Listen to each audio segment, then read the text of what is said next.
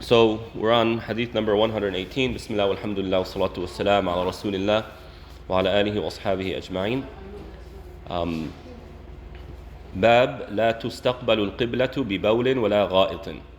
The chapter about not facing the qibla while using the bathroom. All right. So عن أبي أيوب الأنصاري رضي الله تعالى عنه قال قال رسول الله صلى الله عليه وسلم إذا أتى أحدكم الغائط فلا يستقبل القبلة ولا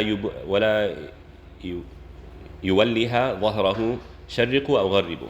So the Prophet ﷺ says, if one of you goes to use the bathroom, then don't face the qibla, right, the position, the direction of salah, and don't have your back to it. Rather, be east or west. Now, east or west, what is the Prophet saying? Well, back there in Medina, they would face south for the qibla, right? So east or west is the opposite direction, or not the direction of the qibla, right? So what's going on here? Out of respect for the direction of salah, the Prophet ﷺ is telling us not to use the bathroom while facing it or having our backs to it.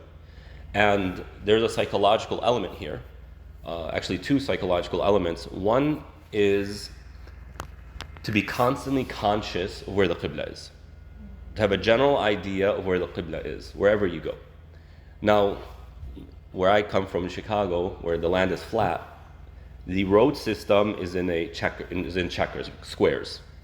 So you can easily determine what direction you're going simply based on the numbers of the streets, right? So it's in a way where if you're in the south, if you're south of downtown Chicago, the further south you get, the bigger the numbers of the streets become. And the closer you get to downtown, the smaller the numbers become. And roads that go east to west are numbered in odd numbers. And roads that run north-south are numbered in even numbers, right? So, I don't know if only in Chicago, but in Chicago this is how it is. Here, when I came here, I'm sitting looking at all these roads. El Toro, La Paz, Oso. Like, where am I going? Because there's no number system. But over there it's really simple. So it's very easy to be conscious of where the qibla is, the direction of prayer, based on just the numbers of the roads. But anyway, so being conscious of where the direction of prayer is always. To create that connection with salah and with Allah subhanahu wa ta'ala. The second aspect is this meaning of glorifying prayer. Prayer is so big in our minds that even something that is really a formality. When you think about it, it's a formality. What does facing the qibla while using the bathroom really do to there's no real disrespect. So it's a formality. It's not directly disrespectful, but we are so conscious of prayer and the direction of prayer that even this we say, okay, let's do it a different way. The Prophet ﷺ is teaching us. And Islam is very keen on making sure the believer is very respectful of the faith by making them revere the faith. We all saw what France did, right, in the Olympics, and the clear mockery of Jesus, Isa alayhi salam, and just faith in general of God. This is clear. I mean, we have to assume that those who orchestrated this, the director, the writer, were very strategic in choosing who plays what role. It's not like a group of people say, I want to do that. No, it's clear. The lady, right, if she even identifies as a lady, who played Jesus is a Jewish, lesbian, queer lady, right? That's not random. No disrespect to Jews or to Christians or to anyone, but that's not random. It's like they brought someone who is as antithetical, as opposite to Isa as you could possibly imagine in our times today. It's not random, right? And of course, naturally, Muslims go off on this. You have the grand muftis around the world condemning this. You have Muslims here condemning this. And you have Christians who also condemned it. But the response of Christians could be a lot stronger. It could. And it should. But why not? Muslims go berserk. We have to tone Muslims' rhetoric down. Say, okay, we condemn it, but don't go out and start creating riots. Right? Relax. Condemn it. Use your words to condemn it. Put pressure. Boycott, yes. But don't go off in riots. Christians, they need come on, do a little bit more. Do a little bit more. You should be more outraged.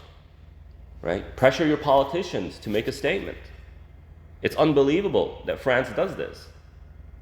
Actually, it's not. They've been doing it for a long time. It's nothing new, right? No, we're not even surprised anymore. But the idea is, Christians in the West, specifically, West, and even in the East, there is this missing element of revering the sacred symbols of the faith, right?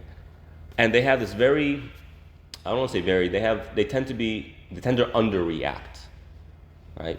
No, this is problematic. We're not going to let you mock our figures, because the role here is to reduce the attachment of those religious people to their religion. So reverence is a symptom of attachment. Reaction is a symptom of reverence. Muslims react because we revere. And those who don't react is because they lack reverence. And that's a big problem. And it goes back also to the concept of love. When you love something, you revere it. And of course, there's healthy reverence and there's unhealthy reverence, just to be clear here. But you revere it. And you are offended by those who attack what you love. This is normal human behavior. If somebody comes and starts mocking your mom or your dad, right, or your ethnicity, and who cares? That's a sign that there's weak love. There's something wrong. Missing link. A missing link, exactly. But if you really love them, any one of these, and somebody attacks it and mocks it, then naturally you're going to be offended. And you will try your best to defend.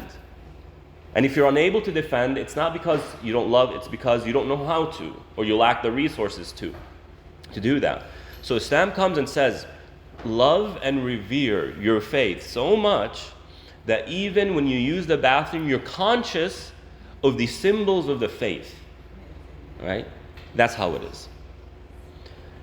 So that's the kind of the rationale behind it, the spirituality behind it. What about the fiqh, the legalities behind it? Back in the day, they didn't have the convenience of bathrooms. There was an area where people would go to use the bathroom. It was in the wide open, right?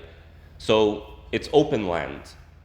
And here we say that if you're in open land, you're not allowed to intentionally face the direction of the qibla, right? The question comes, okay, what if I'm behind walls? Which is the reality today.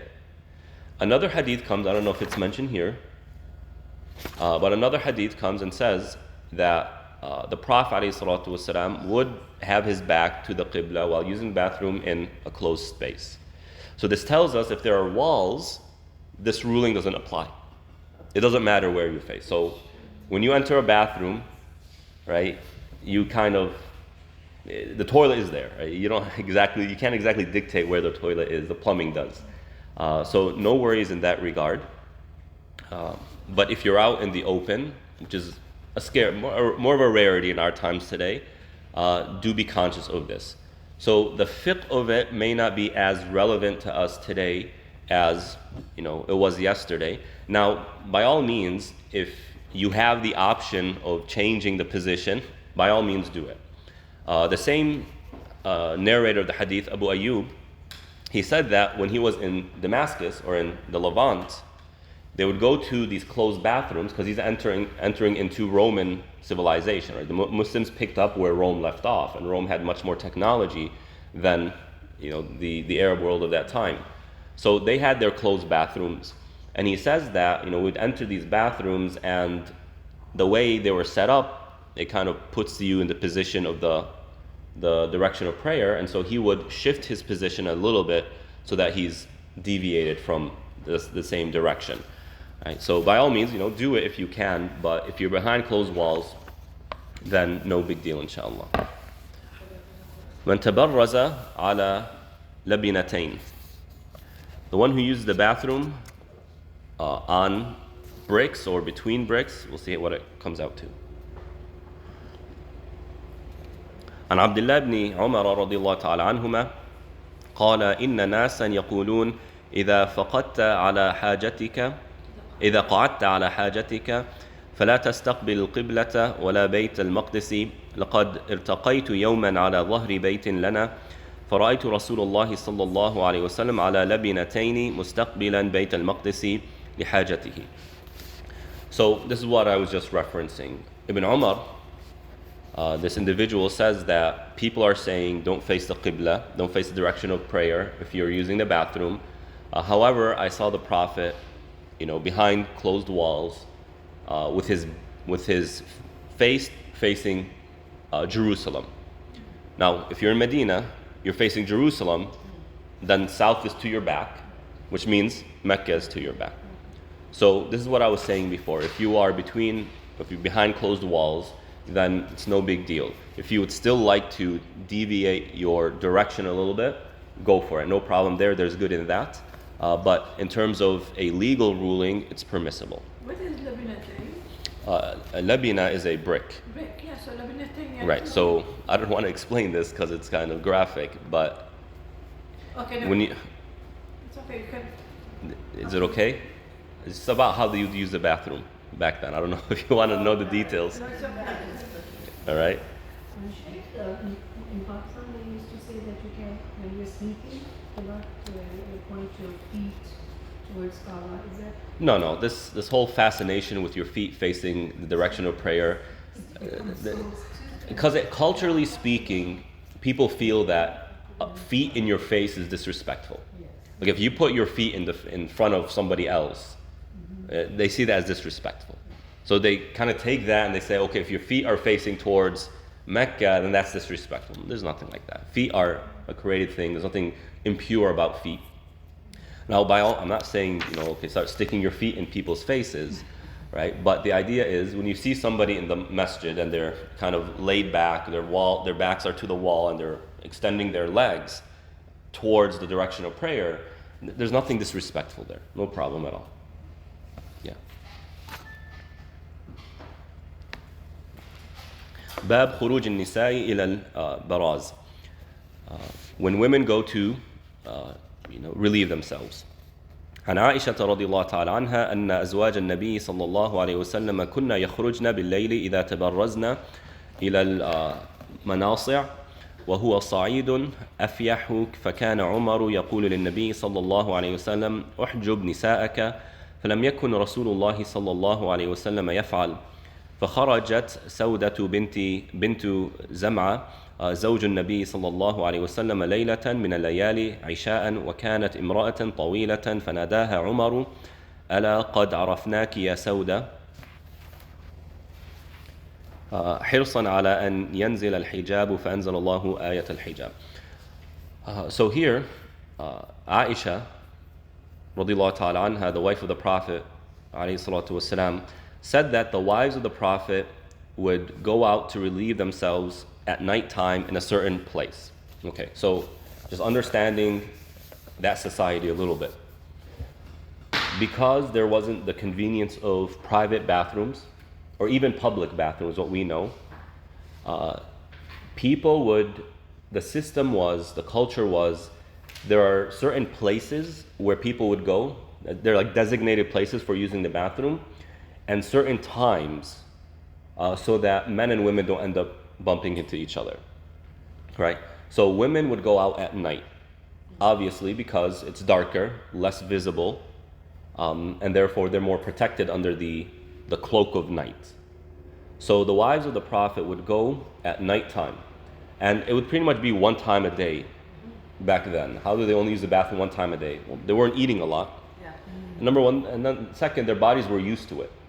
If you can train your body to go to the bathroom less and less. So there was really one time a day where they would go and use the bathroom. Plus it's very hot, so they would sweat a lot, and therefore anything that they would drink would tend to be, they would hydrate their bodies instead of just being excess that the body needs to release. So anyway, the women would go out at a certain time to a certain place, and there are always shady people in society. There are always ill-intending people. So you can imagine maybe men would go and try and get a glimpse or something like that. Nothing strange. This happens today, right? In colleges, men will try and go to the women's dorms, right? So Umar radiallahu ta'ala an, he's like, Ya Rasulullah, he's a prophet. There are these types of people around.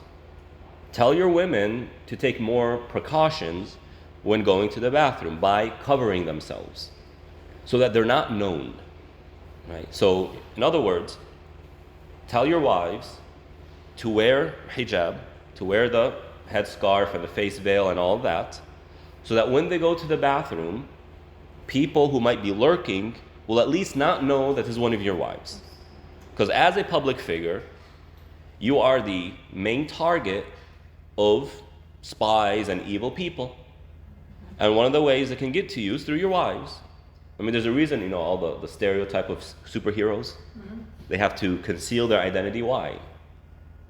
So to protect their family, right? Because if they're known, their identity is known, evil people who want to get rid of them, well, I'm too weak to confront the superhero, but I can harm the superhero through their loved ones, right? That's kind of the idea here. So kind of not to make a comparison between superheroes and the Prophet, but the idea is the same. So Umar tried to convince the Prophet to tell his wives to take this on. The Prophet didn't listen. Why not? Because Allah didn't say so. Right? Allah hasn't come and said to tell women to do this. So one night, one of the wives of the Prophet, Sauda, was out. It's nighttime. Remember, the whole idea of women going out at night is that their image is more obscure. But Sauda was a very tall lady. Like, she was of the tallest of women.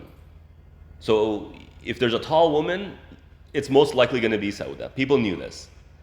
So one night, Sauda is trying to conceal herself in the cloak of night, and she's going out, and Umar sees this tall woman, and he says, Sauda, we know it's you. He calls out. Sauda, قد عرفناك. We know it's you, Sauda. I mean, it's obvious. And the hadith mentions why. Right? Aisha says why Umar did that, hoping that the Prophet will take this, be more convinced, and hoping that Allah will actually reveal a verse telling women to do this. And lo and behold, that's exactly what happens. Allah sends down the verse about hijab. All right? So I can take this conversation in the direction of hijab, but I assume you all know this. I want to take it into a different direction. The direction of, how do I word this? The direction of being conscious of people's intentions. All right? While many Muslims still maintain, whether for religious or cultural reasons, conservative views when it comes to gender relationships, some Muslims and many Muslims have become, whether here or abroad, a little bit looser, right? And I always try my best, and I never intend to offend anyone. So be patient with me as I try and choose the best wordings. I'm not trying to attack or put anyone down, right? But this is serious stuff. You'll have some parents who, they look at their children and they understand the challenges of raising a child in America to love and appreciate and maintain their Islam. So some parents adopt the strategy of shielding their children from anything and everything. So they put a lot of overly strict guidelines. Why? Out of fear that the child might be exposed to something and then influenced by what they're exposed to. So no TV, no going out with friends. You have no friends. We're only your friends, and you go to Islamic school. It's a very closed environment, and that has its pitfalls. That's not a very effective strategy.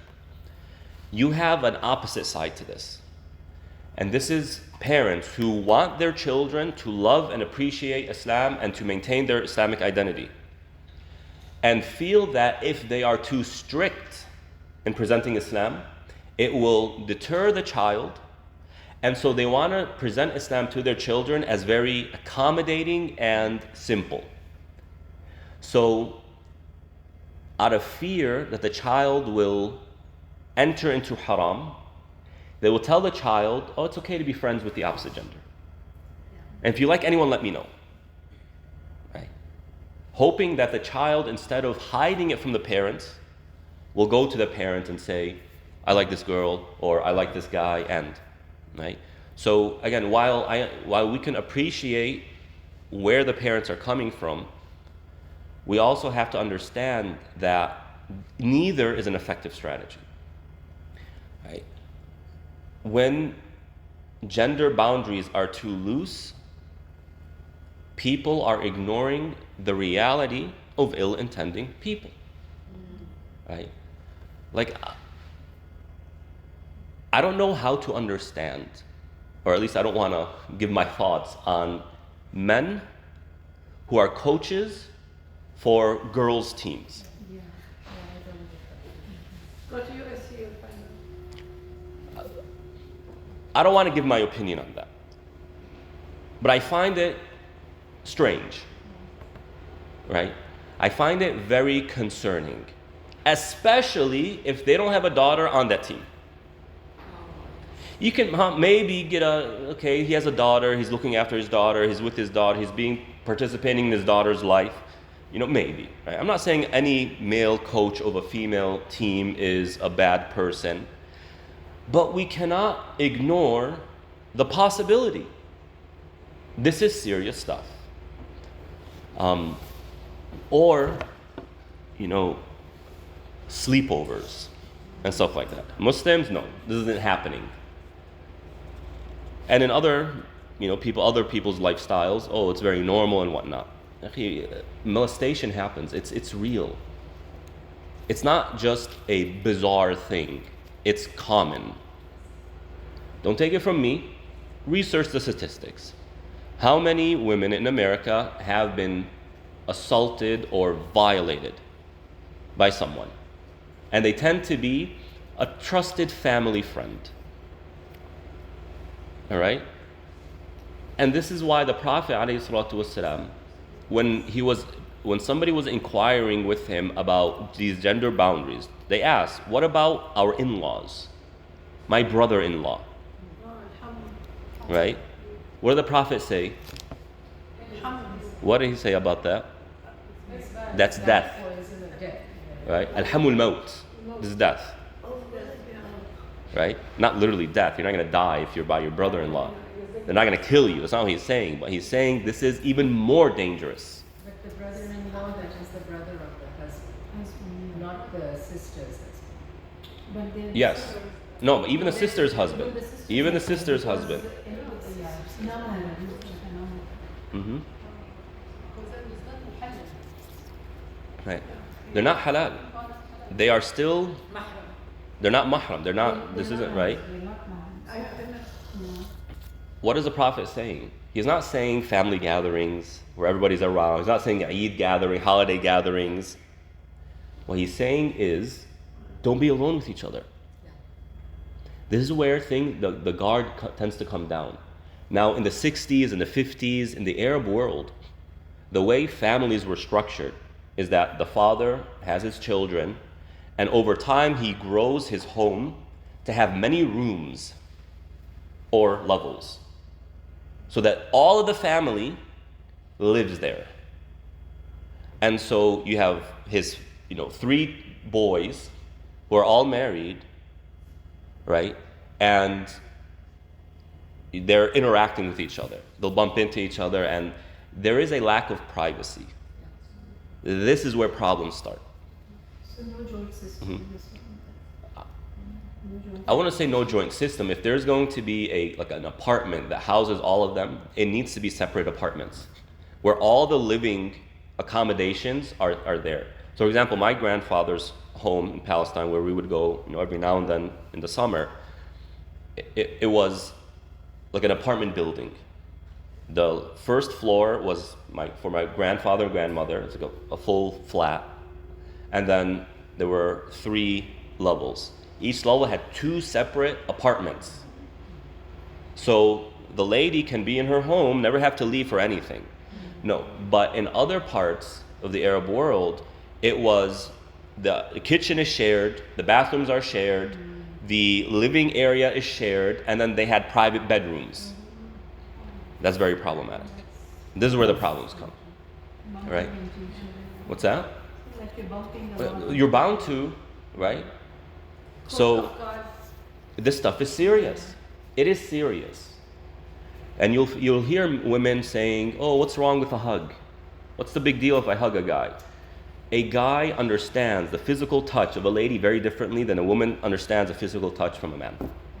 Different psychologies. It's different, right?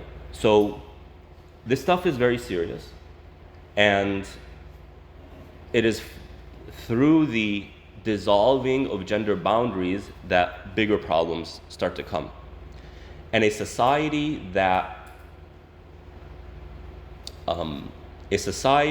where unlawful relationships is widespread is a society that begins to decay. This is something across history. I don't think Muslims are immune to this. It was rampant in Andalusia, Muslim Spain. Before the fall of Andalusia, it was rampant, right? And so there's a very renowned scholar from Andalusia who wrote an explanation of Muslim, Sahih Muslim, this compilation of hadith. And in his work, he talks about some of his own personal experiences, one such as his trip to Hajj.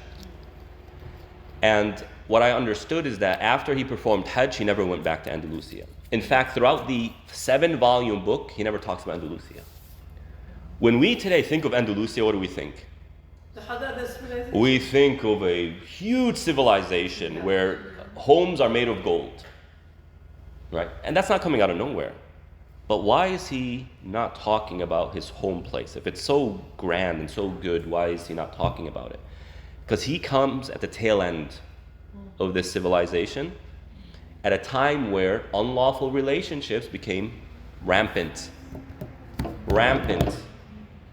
right? You had Muslim women marrying Christian men, Muslim men in relationship with Christian, outside of marriage, and you had, I found this to be very interesting. You know how in America, divorce law follows shared ownership of property, 50-50? Do you know where that comes from? I heard it's come from the Andalus period or something like that. I found this very interesting because for the longest time, the imams are like, this is wrong and wrong and wrong and wrong. And all of a sudden, I come across a historian who says, look, American law partially comes from Spain and partially comes from France, both of whom did not have divorce laws because they were Catholic. Catholicism, there's no divorce. Yes, I got it too. Yes. So where is this owned property, shared ownership of property coming from? He says it came from the Muslims of Andalusia. But why? Because I heard that the men there started to leave their wives. So you and I heard it from the same source. There was this endemic of Muslim men leaving their wives and their children to go marry younger women. So we can get nasty too. We can get nasty too. Right? So, it is upon Muslim parents and the Muslim community and Muslim grandparents to be wise about gender boundaries. We don't want to overshield our children to where they don't know how to react in the face of the opposite gender. Because sooner or later, we'll have to face it. I mean, we live in a world. Plus the Prophet's society, women would go out to the markets. They knew each other.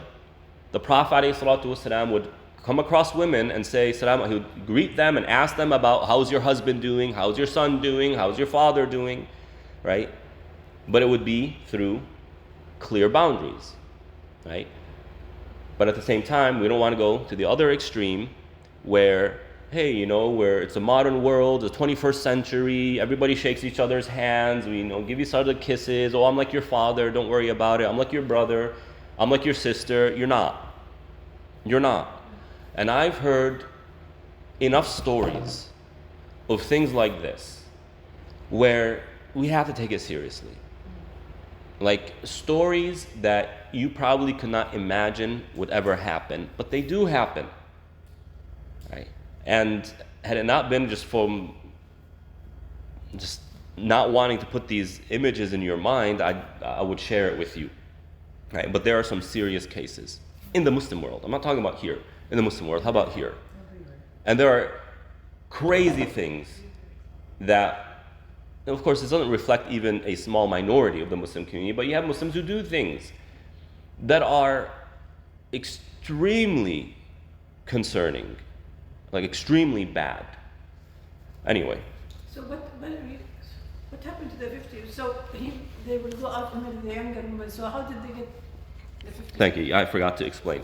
So the Muslim jurists, the judges, came up with this law to deter men from doing that. If you divorce your wife, we're taking 50% of your property, giving it to your wife. If you divorce your wife? If you divorce your wife. Because of another woman? I don't know the details, maybe not.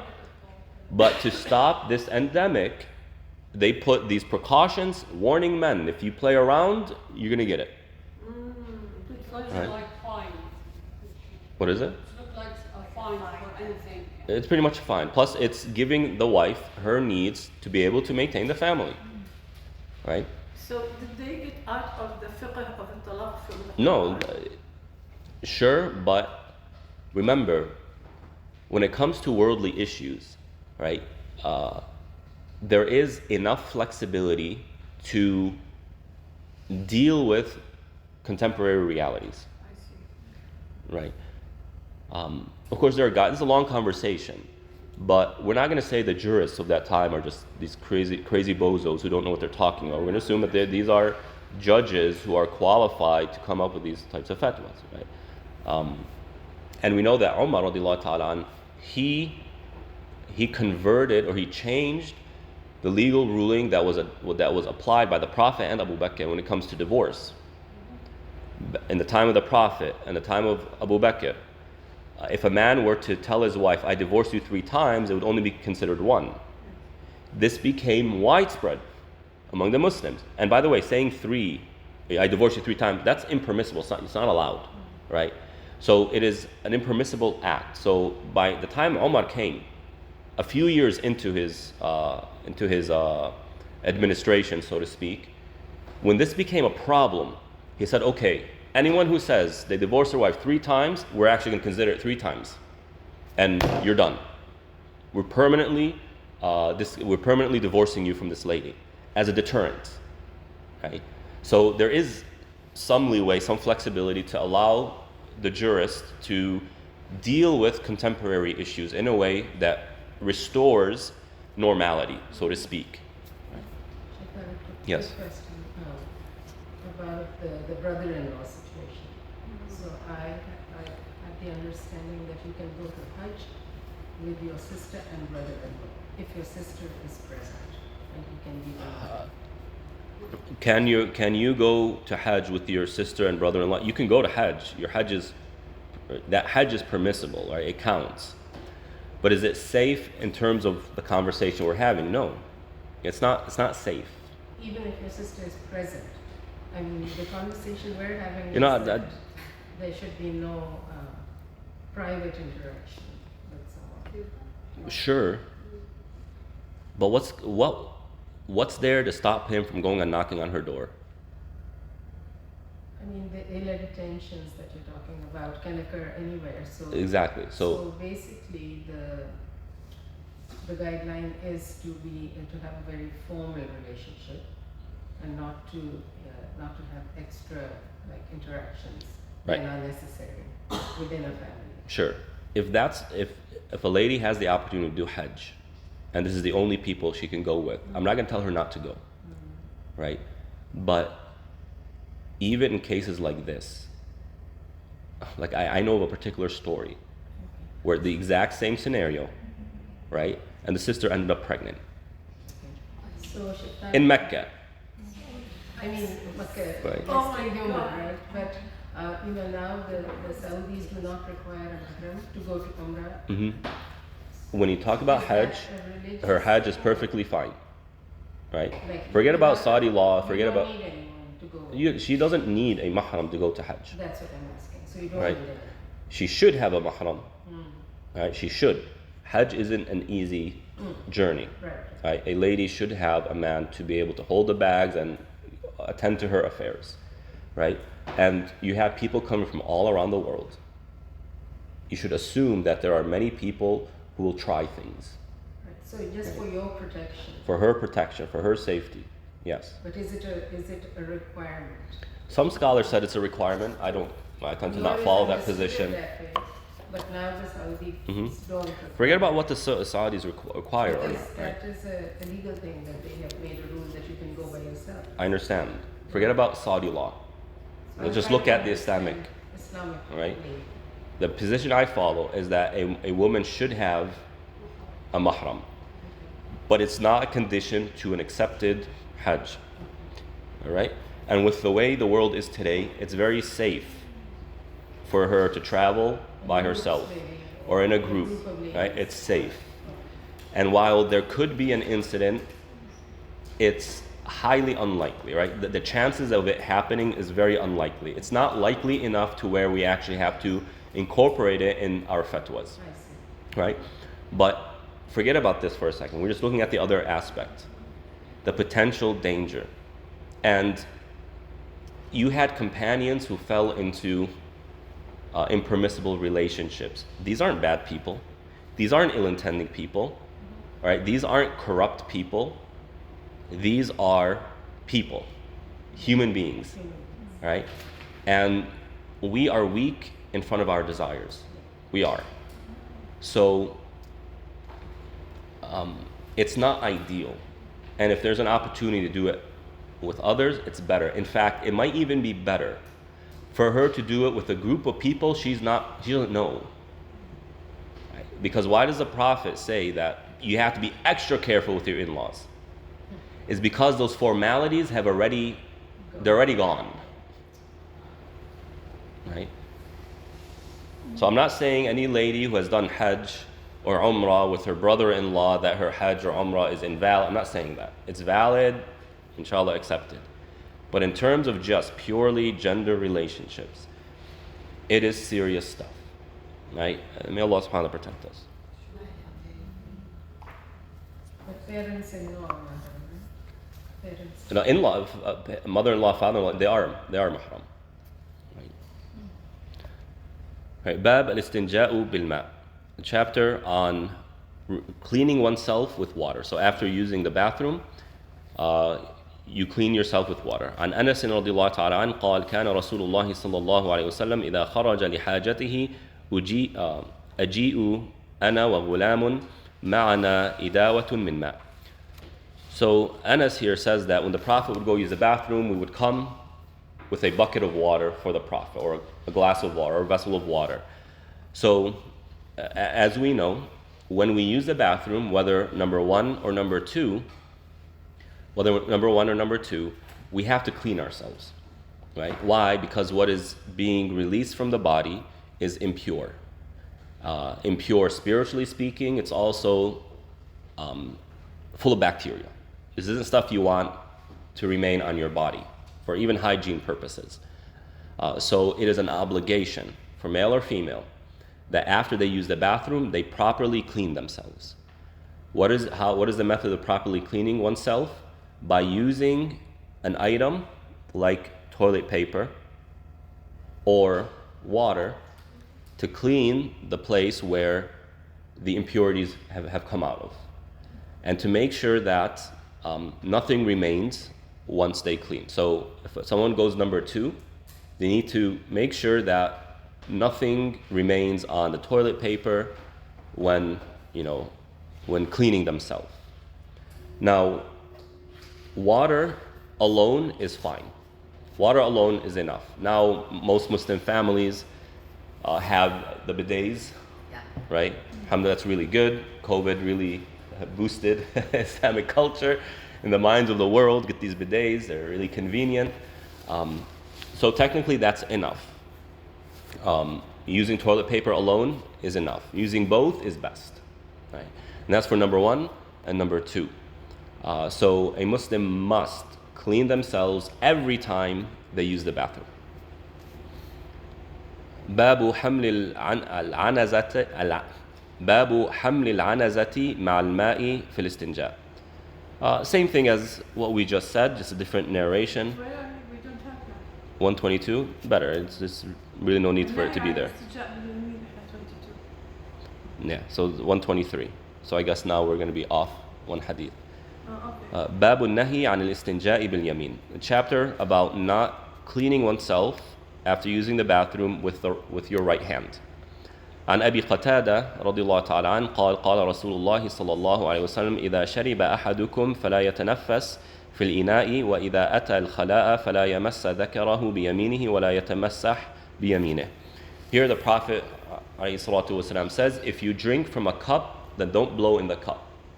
Right? So I have people, come and they're drinking and they exhale or something, or they blow to cool down the tea. And someone comes and says, don't do that. The Prophet said no. Right? And they're referring to this. Okay. Why did the Prophet say that? We have to understand. They used to share. They used to share the cup. You think everybody had cups back then? You think it's like us where we have 1,000 paper cups to drink and throw away? This is my own. Nobody else is going to drink from it. If you want tea, go put your own tea, right? Back then, they used to share the cup. Now imagine if you're going to drink after me and I'm sitting there.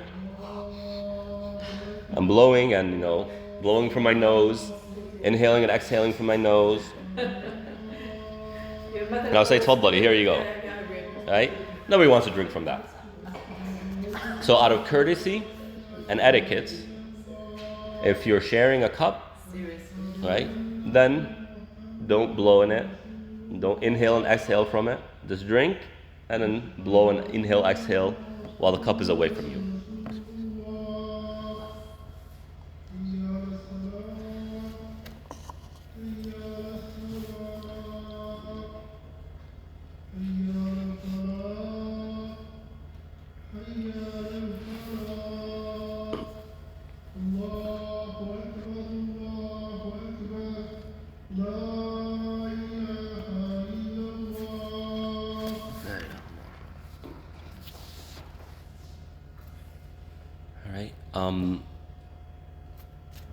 And then, if one of you goes to use the bathroom, then don't touch their private part with their right hand, and don't wipe yourself with your right hand.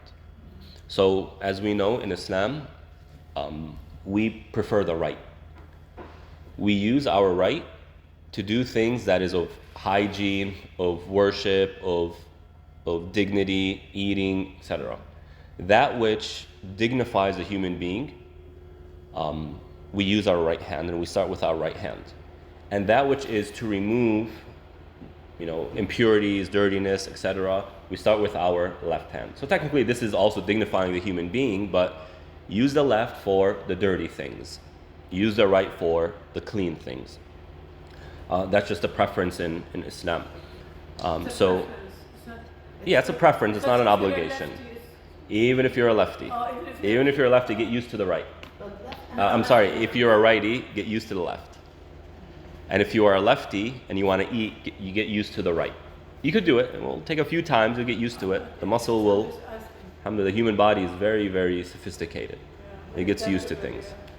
Right? So part of the etiquette of using the bathroom is that we use our left to clean and to touch.